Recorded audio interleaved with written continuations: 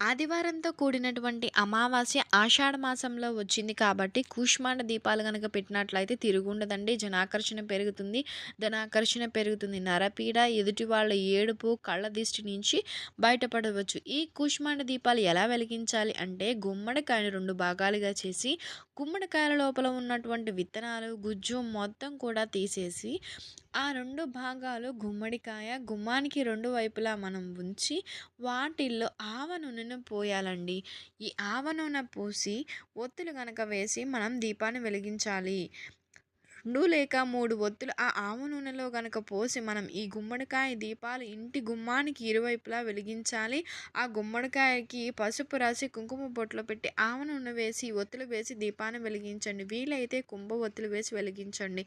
ఇలా ఆషాఢ అమావాస్య ఆదివారంతో కలిసి వచ్చినటువంటి రోజు ఇంటి గుమ్మం ముందు ఈ 2 ప్రత్యేకమైన శక్తివంతమైన